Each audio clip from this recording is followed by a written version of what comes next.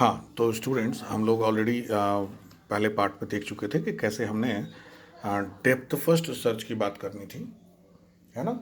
और depth first search बात करने के बाद हमने देखा भी था कि किस प्रकार से हमने एक ग्राफ को ट्रैवर्स किया है ना। इसको हमने कैसे ट्रैवर्सल किया था। इसमें बेसिकली हम क्या इस्तेमाल करते हैं, तो स्टैक का इस्तेमाल करते हैं। तो जब हम स्टैक का इस्तेमाल करते हैं तो डीएफएस हमारे लिए क्या करता है कि लॉन्गेस्ट चेन पर फोकस करता है। लेकिन अब अगर लॉन्गेस्ट चेन हम ना करें तो फिर हमारे लिए बचता क्या है ना भाई। तो लॉन्गेस्ट चेन अगर हम फोकस ना करें तो फिर हमारे लिए उस वक्त जो आता है सबसे सूटेबल तरीका वो ये कि हमारे अगल बगल के जो ब्रांचेस हैं हम पहले उनको विजिट कर लें, और उनको विजिट करने के बाद फिर हम अगले नोड पर जाएंगे, है ना।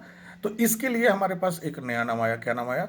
उसका नाम है ब्रेथ फर्स्ट सर्च। तो देखिए, ब्रेथ फर्स्ट सर्च का मतलब कि सांस लेते हैं सबसे पहले। ब्रेथ का मतलब सांस। तो हमने जैसे ही सांस लिया हमारे सबसे नज़दीकी जो रहते हैं पहले उनको महसूस होता है। बस वही चीज़ यहाँ पर भी हम इस्तेमाल करेंगे। आइए चलिए डायरेक्ट चलते हैं अपने नोट्स पर। और नोट्स पर हम देखते हैं कि हमको यहाँ पर बताया गया कि ब्रेथ फर्स्ट सर्च क्या है भाई। तो BFS traversal uses the technique to visit all the concerning branches before actually moving to the next hop. Now what is this hop? बोलते हैं ना कि एक लंबी रस्सी लीजिए और उस लंबी रस्सी में जगह जगह पर गांठ लगा दीजिए, यानी नॉट लगा दीजिए। तो एक पर्टिकुलर जगह से दूसरी जगह जाने में आपने एक डिस्टेंस कवर अप करना होता है, जिसको कि हम बोलते हैं हॉप। ठीक है, अब आगे बढ़ते हैं। कहता है कि it shows the method of queue data structure. जैसे डीएफएस में हमने क्या इस्तेमाल किया था? स्टैक। क्यों? क्योंकि वहाँ पर हमारे पास जो करंट मोस्ट आइटम था उसको विजिट करना है। लेकिन इस बीएफएस में हम क्या इस्तेमाल कर रहे हैं? क्यू। क्यू इसलिए इस्तेमाल कर रहे हैं क्योंकि ये हॉरिजॉन्टली चलता है, ठीक है। और यहाँ पर हमारे लिए क्या है कि अगल बगल के नोड्स को विजिट करना हमारे लिए ज़्यादा आसान होगा। तो यहाँ पर देखिए आगे जब क्या क्या कहता है कि it shows the method of queue data structure with maximum size as required by the total number of vertices in the graph. मतलब आपके ग्राफ में जितने भी वर्टिसेस हैं, जिस प्रकार से डीएफएस में हमने किया था कि स्टैक उतने नंबर ऑफ पॉकेट्स के लिए बनाया था, अब यहाँ क्या करेंगे? क्यू में उतने नंबर ऑफ स्पेस होंगे हमारे पास। It does not follow the longest chain. बिल्कुल सही, ये लॉन्गेस्ट चेन को फॉलो नहीं करता है। तो फिर क्या करेगा? But searches for the near most nodes and then moving ahead. पहले अपने अगल बगल की बातों नोड्स को विजिट कर लेगा और उसके बाद ये आगे बढ़ेगा। मतलब समझे नहीं? जैसे हम इसको कैसे कैसे समझ सकते हैं? तो सिंपल सिंपल भाषा में देखा जाए, in other words it can be said that all the adjacent vertices, अगल बगल वाले vertices must be visited first and then move forward in the chain. यानी पहले अगल बगल वाले वर्टिसेस को विजिट कर लेंगे और विजिट करने के बाद उसके बाद अगले चेन पर बढ़ेंगे। मतलब समझ नहीं पा रहे हैं? जैसे ए से गए बी, बी से गए सी, तो ये तो चेन बना रहे हैं। लेकिन हमें क्या करना है कि अगर ए के बगल में बी और ए के ही बगल में सी भी है तो हम पहले ए के बाद बी को जाएंगे और वापस लौट के पहले सी को विजिट करेंगे, तब कहीं बी के बाद आगे बढ़ेंगे। ठीक है, नहीं क्लियर हुआ ना? एक बार देखते हैं अपने फिगर से। तो सेम उसी एग्जाम्पल को वापस लेते हैं जहाँ पर A B C D E F ऐसा बोल के हमने बनाया हुआ है। इसमें आप गौर करेंगे अनलाइक डेप्थ फर्स्ट सर्च कि अगर हमें ब्रेथ फर्स्ट सर्च करना होगा तो क्या करना होगा। ध्यान से देखिए, ए से बी भी जुड़ा हुआ है और ए से एफ भी जुड़ा हुआ है। हालांकि मैंने इसको 1 और 2 बोला है, लेकिन आप इसको इस प्रकार से समझिए कि ये फर्स्ट स्टेप का पहला और ये फर्स्ट स्टेप का दूसरा है। तो 1/1 एंड 1/2। तो पहला ही स्टेप है, ए से बी गए वापस आए, ए से एफ गए। चूंकि अब इसके बाद तो इसके पास कोई नोड है नहीं। तो जब ये दोनों विजिट हो चुके होंगे, यानी सबसे पहले हम ए पर गए विजिट कर दिया, फिर बी पर गए विजिट कर दिया, फिर एफ पर गए विजिट कर दिया। ठीक है, अब देखिए एफ के बाद कोई आगे नोड है क्या? नहीं है। लेकिन क्या बी के बाद आगे नोड है? हाँ है। तो इसका मतलब कि हमको पहले किसको विजिट करना चाहिए? एफ को काम खत्म कर दे तब फिर बी पर आ जाए।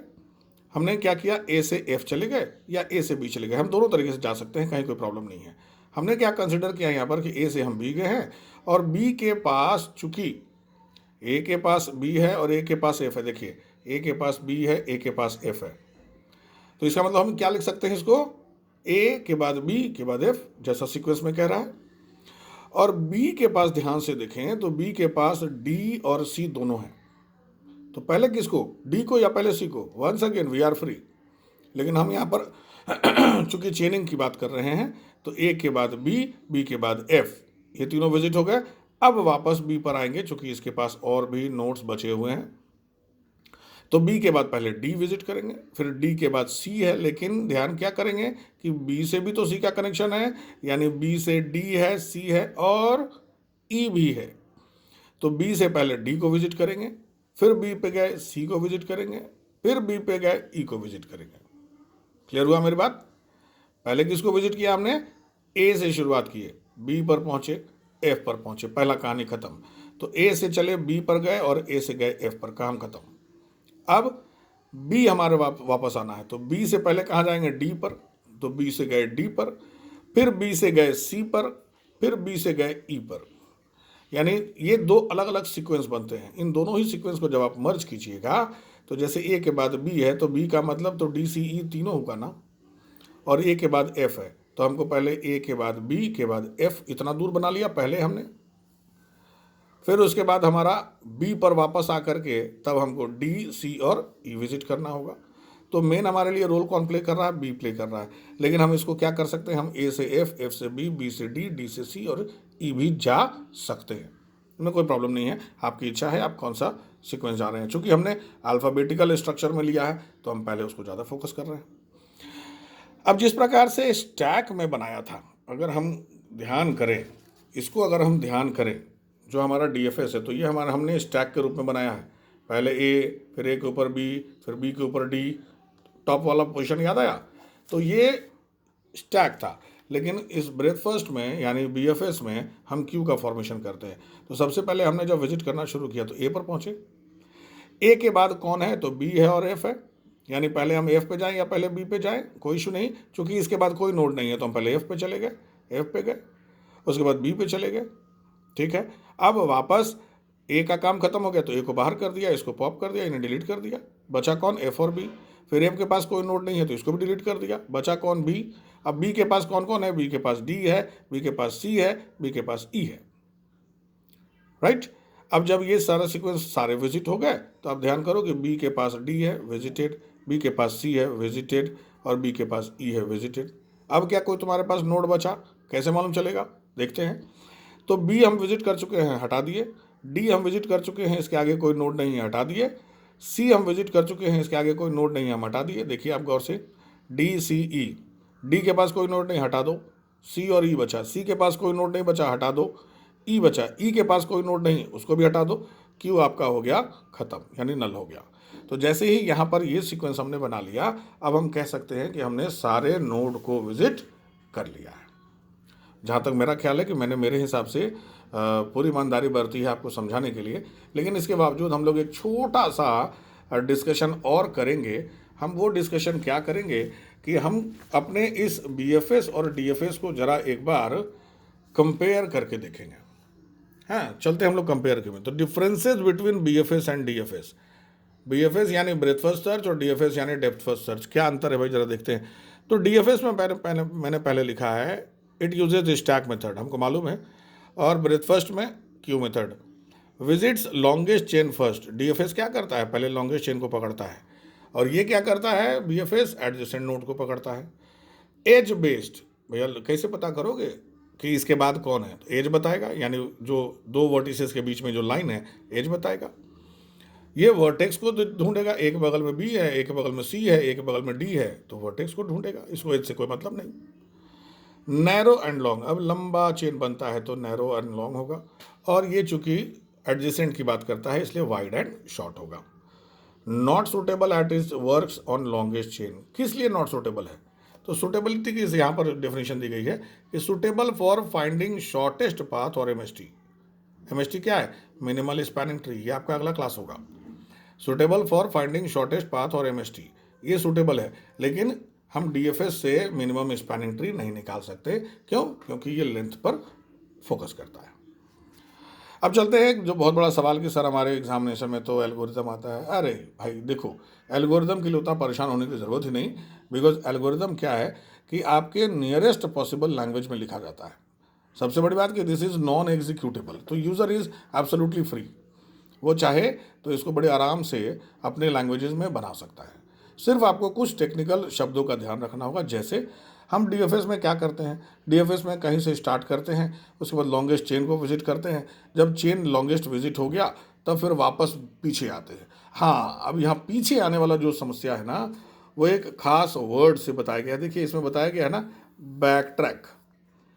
ये बैक ट्रैक क्या है? कहता है कि अगर किसी करंट नोड में, करंट नोड के पास और नेक्स्ट कोई नोड ना हो तो फिर उसे वापस जा करके अपने बाकी सारे ब्रांचेस को विजिट करना पड़ता है। तो ये जो वापस एक स्टेप बैक जो लेते हैं ना, उसी को बोलते हैं बैक ट्रैक। हमने क्या किया देखिए इसमें, जरा से इसको ध्यान से आप देख लीजिएगा। मेरे हिसाब से बहुत आसान सा है। कहते हैं स्टैक को इनिशियलाइज करो, start the traversal by visiting the first node. पहले नोड पर आओ, पहला नोड पे हमने आइटम इंसर्ट कर दिया। अब हमको लॉन्गेस्ट चेन जाना है, तो क्या जिसको इंसर्ट किया है क्या वो उसका नेक्स्ट नल है? नहीं है, तो सेकंड इंसर्ट करो।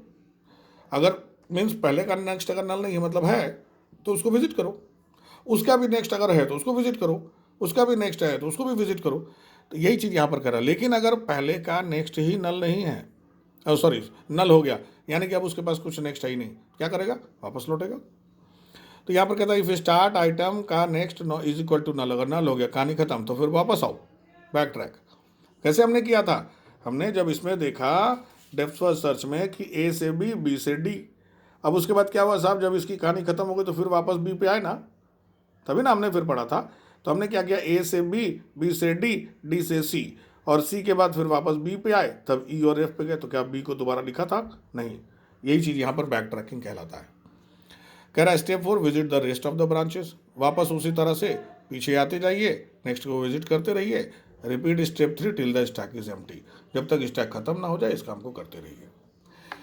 सिमिलरली बीएफएस में भी है, initialize the queue, start the traversal, start बराबर इंसर्ट आइटम। चूंकि हम जानते हैं कि क्यू में क्या होता है, इंसर्ट और डिलीट होता है ना। कौन कौन से दो पॉइंटर? फ्रंट और रियर। लेकिन स्टैक में क्या होता है? सिर्फ एक मात्र, कौन सा? टॉस। याद आया? Visit for other branches. क्या कह रहा है कि स्टार्ट बराबर इंसर्ट, पहले इंसर्ट कर लो। क्या उसके पास दूसरे ब्रांचेस हैं? हाँ, अगर ब्रांचेस हैं तो उनको विजिट करो। नहीं है, इफ ब्रांचेस एग्जॉस्ट, अगर ब्रांचेस खत्म हो गए, सही होता है ऐसा, तो डिलीट आइटम, उसको वापस करो और पीछे पे आओ, इंसर्ट नेक्स्ट आइटम। ठीक है, एक बार जरा एग्जाम्पल के तौर पर देखो। एग्जाम्पल के तौर पर देखा जाए, हम इसी को वापस अगर बीएफएस के माध्यम से देखते हैं तो हमने क्या देखा, पहले हमने ए से बी और ए से एफ को विजिट करा। जब ये दोनों विजिट हो गए तो फिर हमने ए को हटा दिया, अब सिर्फ बी पे काम कर रहे हैं, है ना। बी से हम कहाँ गए? डी, वापस फिर सी, फिर वापस फिर ई। और अब हम क्या देख सकते हैं कि A B F D C E सारा का सारा हमारा विजिट हो चुका है। तो that is what we are discussing in this algorithm. ठीक है ना। इस पर बहुत ज़्यादा दिमाग लगाने की ज़रूरत नहीं है, बहुत आराम से आप इसको एक बार देखिएगा, एंड मेरे हिसाब से ये आपको प्रॉपरली समझ में आ जाना चाहिए। यदि इनके इसके बावजूद अगर कोई दिक्कत होती है, यू आर वेलकम, आप क्वेश्चन कर सकते हैं। आपके पास मेरा कॉन्टैक्ट नंबर है, आप उस पर मैसेज कर दीजिए। I will try my level best to give the answer at an earliest. ठीक है ना स्टूडेंट्स। अगला क्लास, ध्यान रहे, बातों बातों में हमने टॉपिक डिस्कस कर लिया है। अगला क्लास होगा MST यानी मिनिमल स्पैनिंग ट्री, राइट। चलिए, तब तक के लिए थैंक यू।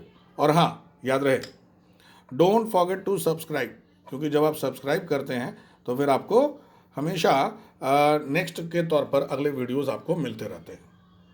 ठीक है ना।